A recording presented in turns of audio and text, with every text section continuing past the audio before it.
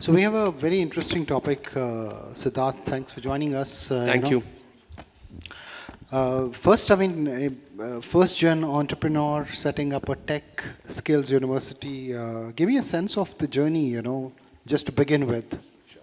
So actually, it's, I know there's been a lot of reference to COVID during today, because I think one of the most disruptors for the education ecosystem, mother is the necessity of all need, was COVID.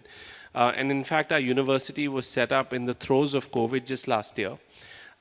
Traditionally, we've been working on three areas. We've been working on design, entrepreneurship, and technology. We've run a design school for the last 10 years. We've run a entrepreneurship and technology school. And when the state of Maharashtra saw the work that we're actually doing, they said, we really want to come up with a new age university that focuses on future skills and which is driven by technology. And would you consider doing that? And that's really how Atlas Skilltech University came about. It's probably one of the youngest universities. It's in the heart of Mumbai.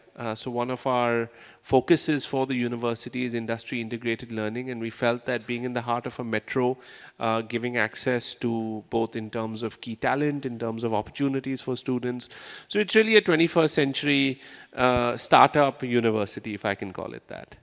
Wonderful. Tech has become an essential part of the curriculum, and universities across the world and pan-India are offering. What is the curriculum like? What are the differential offerings that you bring to the table? So, before I dive into that, all of us here are gathered today because we're very passionate about education. We have the National Education Policy, which says that by 2035, we want 50% of India's gross enrollment ratio achieved. Today, we're at 27%, right? So there's about 40 million students in the higher education ecosystem. And if we have to reach 50% in the next 12 years, that means we have to add another 40 million. And that's going to be impossible without technology. So therefore, really, whatever all of us do, we have to focus very closely on technology.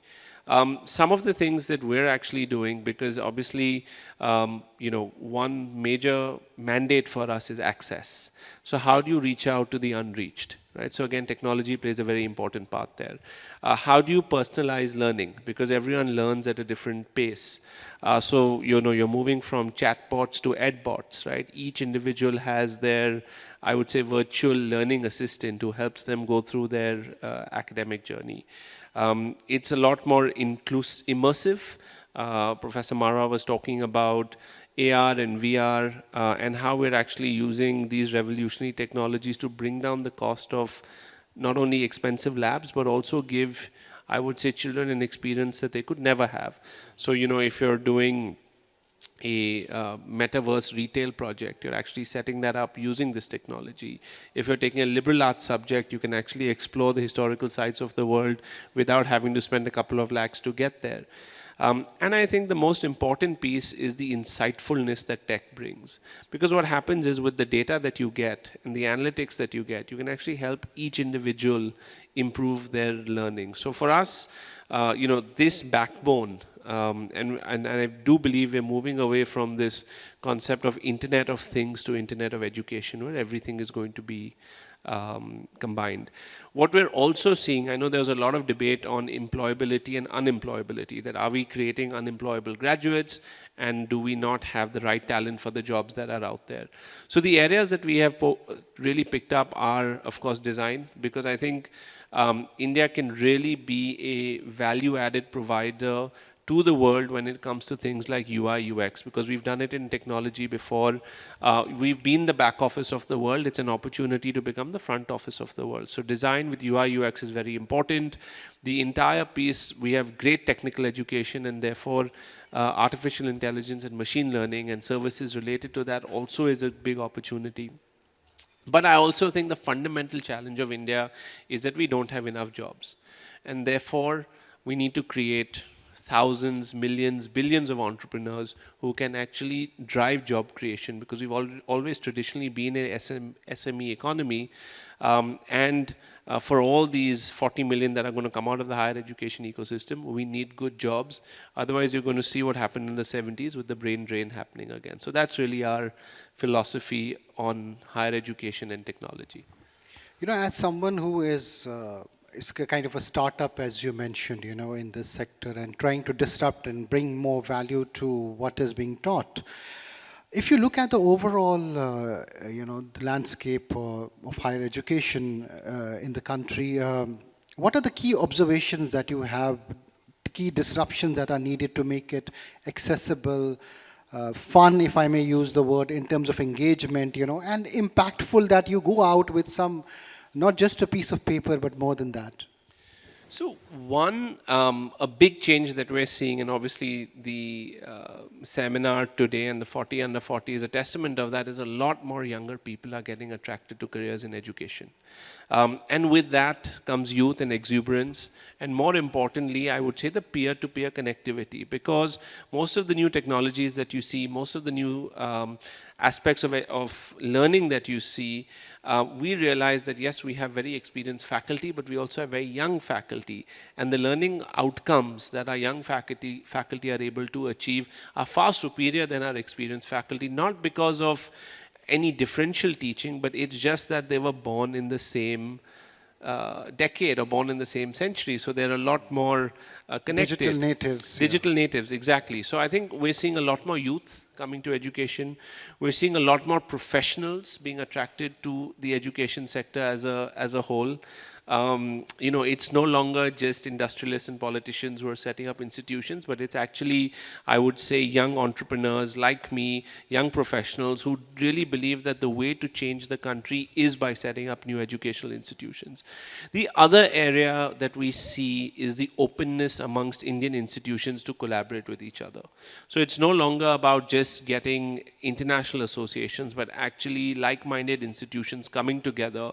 For example, we don't have an engineering school, but we work very closely with the Mumbai University's engineering colleges because we have design. So this collaboration between educational institutions is really, you know, the future where 1 + 1 will become 11, because all of us can take our strengths, pool them together, and drive learning outcomes for our students. So I would say these are the 2 or 3 major trends that we are actually seeing. It's all you know, we talk a lot about tech, but let me tell you that it's really humans that drive the education sector, right?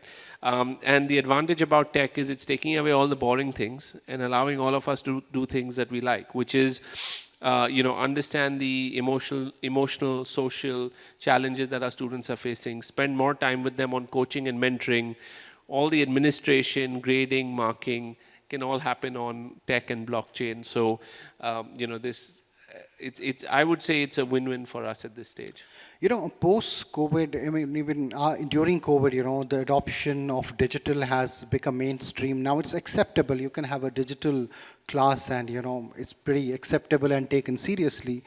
But tell me, when we talk about tech and education, are we still seeing it in a limited way of just an online class being offered, you know, just an ease of access and not more than that? Are we yet to fully leverage the power of tech in terms of education? So, you know, technology is constantly evolving. And therefore, for any of us to say that, yes, we're fully techified and we're using it to its full potential would be a complete misnomer. I think we're probably not even at 0.001% of what technology can do. Today, technology for many of us is still a Zoom classroom, right? That is really... That was, I mean, we just see, when we say tech in education, it's just a Zoom class, you know. But you can see that now it's moved on to assessments, it's moved on to, you know, evaluation, it's moved on to curriculum, it's moved on to so many other aspects. Every single higher education institution, even schools, are building their own tech platforms, are building their own tech services. And therefore, I think this push that we've got in the last 2 years, not to rely on brick and mortar, and that the future will 100% be hybrid, means that all of us have to be tech enabled. You know, if you look at the life cycle, right from where do I look for information for courses, right? The number of I would say, portals that have opened up that allow you to do a very honest comparative assessment of which courses students should do is phenomenal, because that's really democratized, I would say, choice. Second is that it's also put all the providers of education on their feet, because we've reached a stage where students will choose you depending on your quality, and therefore quality kind of gets auto-regulated in that sense. So I would say right from choosing your college to completing your admission process, to your class lectures, to your assessment, to your alumni management, to your placement management, all of that entire life cycle is now driven purely by tech. And therefore, more and more R&D that we do with the data that we have, because education is a sector where huge amounts of data comes out. What do we leverage that data for? How can we actually get deep insights from it? How can we improve our delivery mechanisms? Will really be, I would say, the next decade is going to be full of that. The other aspect that I wanted to add is, one is that people talk a lot about tech in terms of access. There are two types of access. One is, I would say, geographical access. And second is time access, right? So a lot of people now you will see are looking at lifelong learning, right? So what we learned 10 years or 15 years ago as part of our higher education is probably outdated and obsolete by now. And therefore we have to keep reskilling and upskilling ourselves. We can't leave our daytime jobs, and therefore we have to study maybe in the evenings, maybe in the night, and tech platforms, like Upgrad and all the ed tech companies really give us an opportunity to do that. One of the recurring conversations today was the quality of, faculty, the quality. And a lot of people said that it's the last option, they don't find the right option and then they land up here. Is it changing, as you said, that a lot of people their approach is to go there first and they are disrupting it, they are setting up, institutions of excellence. But largely, is it driven by that, the same approach that you find nothing and you come here? How do we stop it so that, we stop suffering and we start actually producing students of worth? So, faculty is always a challenge for any institution, right?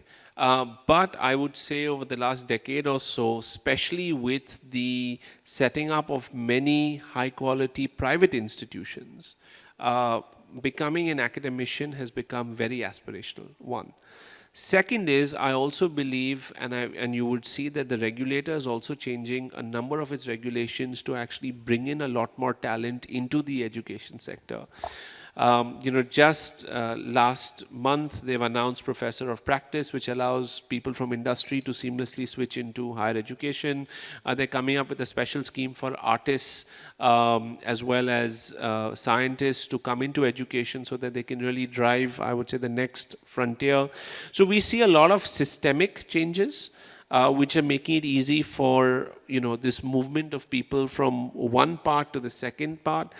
I also believe that given the ability or the funding mechanisms which are increasing, and the ability to pay for good quality education also means that institutions can afford better faculty.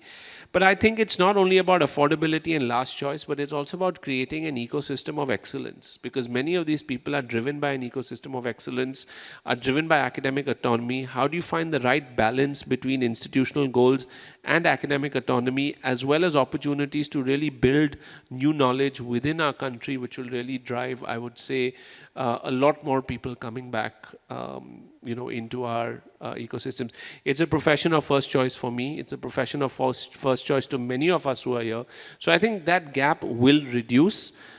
It started, obviously, with, another 50 million to educate in the next 12 years. It needs to speed up a lot more.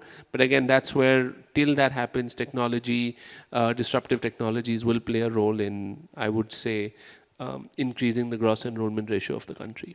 So coming to technology, a lot of people have seen, when they do virtual classes, for example, away from the brick and mortar system, engagement is an issue. Do you think, how can that be addressed if you're using tech to maybe, take the students, look at the world tour and all of that, but how do you build that engagement with tech? So that is a very interesting point, because I do know that when we first started our Zoom classes, the first thing that we had to work on very aggressively is to make sure that everyone's cameras were on, right? Because otherwise they switched off and they've gone to sleep and you don't know what's happening. I've seen a student putting his picture and he was sleeping there. I mean, we've seen all these. Yeah, but the level of so that was at the start, right? But there are a couple of things that one can do to really improve, I would say, student experience as a whole. And this comes down to pedagogy, which is how do you deliver your curriculum. As a nation, we love assessment, we love quizzing, we love competitiveness, and therefore a lot of work that we did was to really change the curriculum to ensure that after every couple of minutes, there were bite-sized question and answer sessions, there was bite-sized interaction, because what you'll realize, the other thing that we did is that it's the era of nano learning, right? People's attention spans are going lower. They're very interested in certain contemporary topics, so you need to first find what they're interested in learning, and second, you need to actually find a short burst method of delivering it to them. So we actually changed our classes from 90 minutes and 120 minutes to actually 30 minutes, right? So we reduced classroom time. We actually mixed a lot of the subjects that we were doing so that it wasn't that they were just doing economics for 2 hours and then statistics for another hour, and then, but we actually changed it that we introduced new subjects that they wouldn't get a chance to study. So it's I would say in terms of holding someone's attention, there are many tricks of the trade that we need to bring in. Also, it fundamentally goes down to the interest level of the student, right?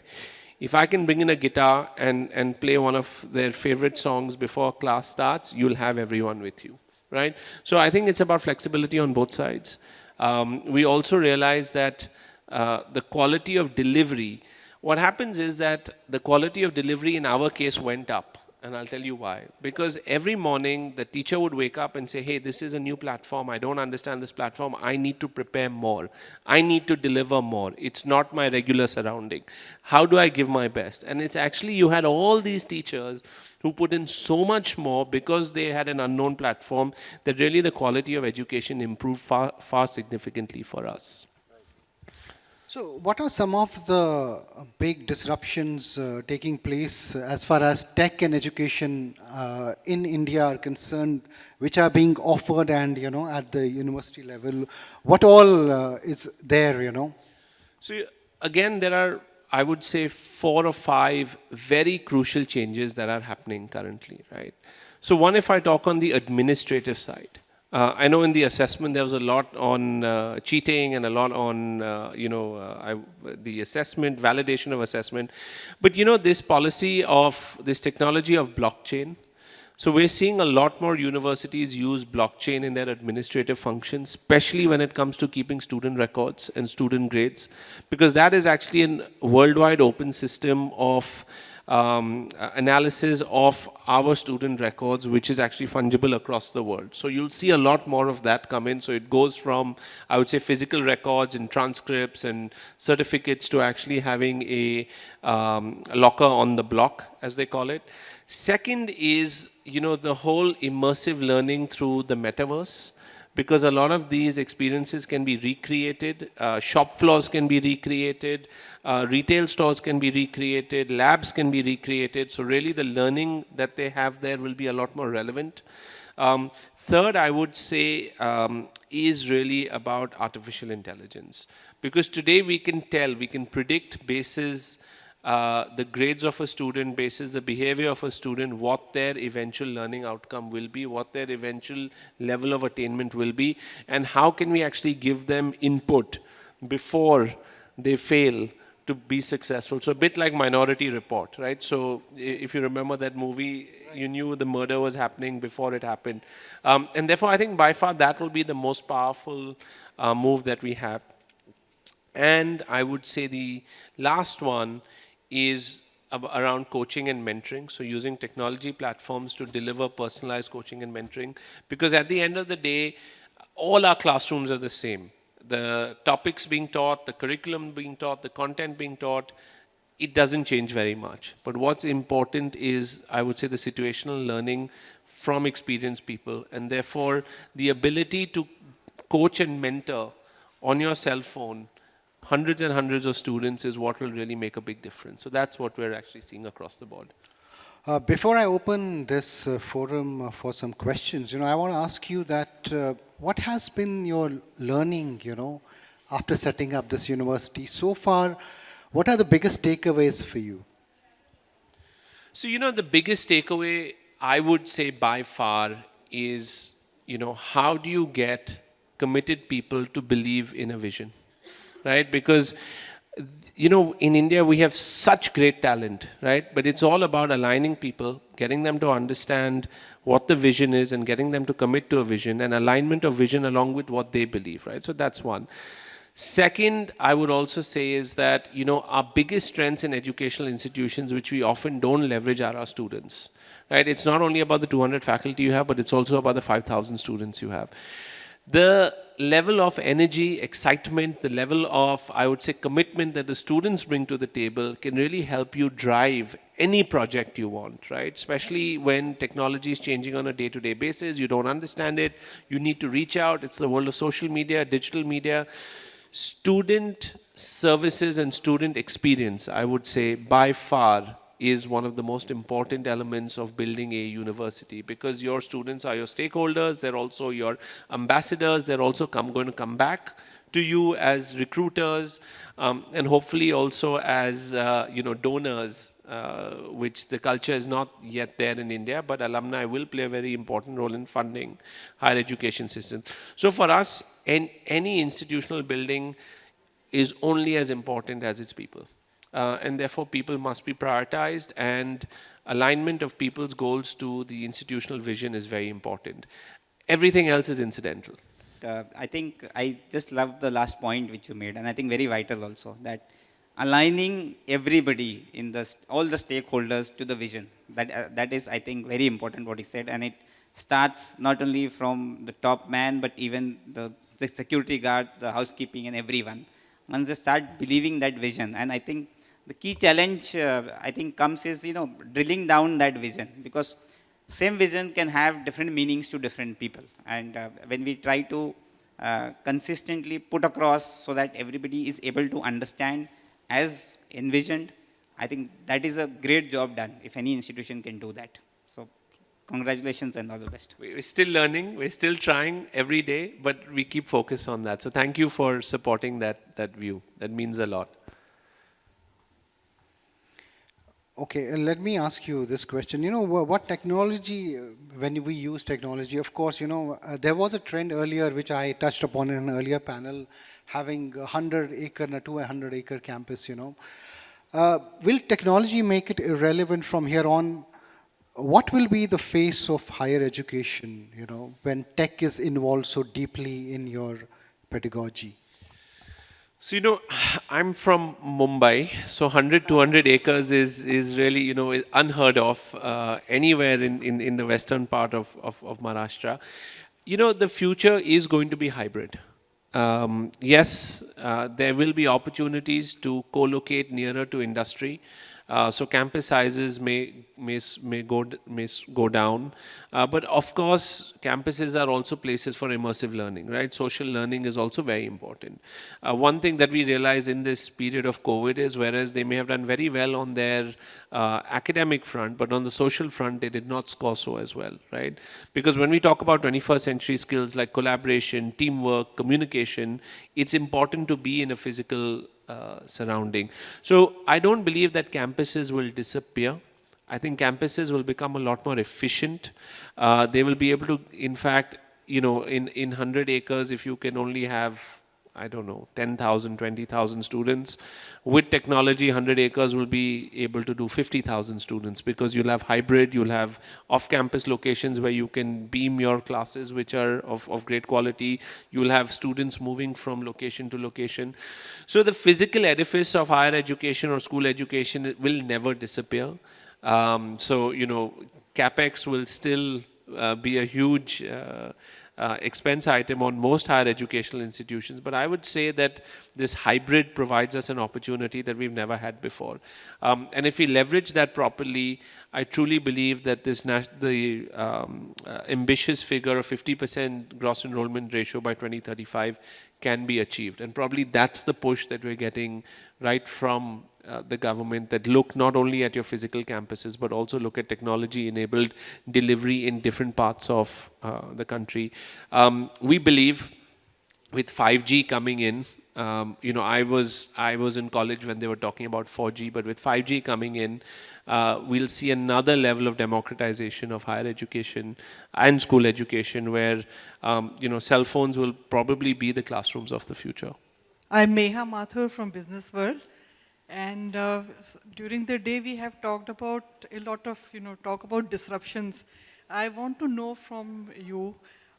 There's one area of disruption which has not really been discussed in detail is technology enabling lifelong learning through age groups. Professionals going back to classroom, people above 40, their learning being facilitated, especially in technology. Quite a lot of new technology has come in with which many are not conversed. And also some passions which can be taken up again. So to what extent is that being enabled thanks to the changes that have come up in technology? So, ma'am, I think that's a very good question, especially the part about re-enabling passions. Because sometimes what happens is when we get into our day-to-day, we forget about our passions and don't really get an opportunity to, take those up. But to start with your first question about lifelong learning, we in India, if you see, over the last, I would say 2 or 3 years, have actually started building a culture where we do go back to the classroom. Whether it is for full-time executive education, so some of the leading business schools like ISB, even our university, Atlas, have evening courses for working professionals where they can actually upskill themselves. If you look at some of the, edtech companies like Upgrad, or Emeritus, they're actually delivering online programs in data science, in management, in strategic leadership, where people can actually take these courses without leaving their jobs or leaving the comfort of their home. So that itself, if you look at, is almost a $20 billion market, and almost 30% of that market is in India. So there's definitely a move towards that, and we're only going to see more of that. So ma'am, it's very much happening. And I would say that, it's a great opportunity for all of us to return to the classroom. Also when it comes to passion, I know that there are a lot of these courses for children, like White Hat Junior, for example, has music, has acting, and maybe they'll start extending that to our age groups as well, so that we can also pick up some of these courses to revitalize ourselves as we go forward. My final question is about, what this conversation is about is India and technology. What about the Bharat part of it, Will they get to see this? I mean, how soon? What is happening on that front? Bharat, according to me, what I see, Bharat is already very much part of this, right? Yes, there are pockets which don't have access. Yes, we read that our president, her village only received electricity, last month. But if I go back to, if I even go back 5 years ago, and I see, and you just simply look at the number of internet connections that we have, and you look at the number of smartphones we have, and you look at the number of devices that are coming from, non-urban areas, you can actually see the proliferation of technology across all. Yes, there is a lot of inequity. It's not a perfect system, but I think along with the government, along with our institutions, along with CSR funding coming in, a lot more access is being created.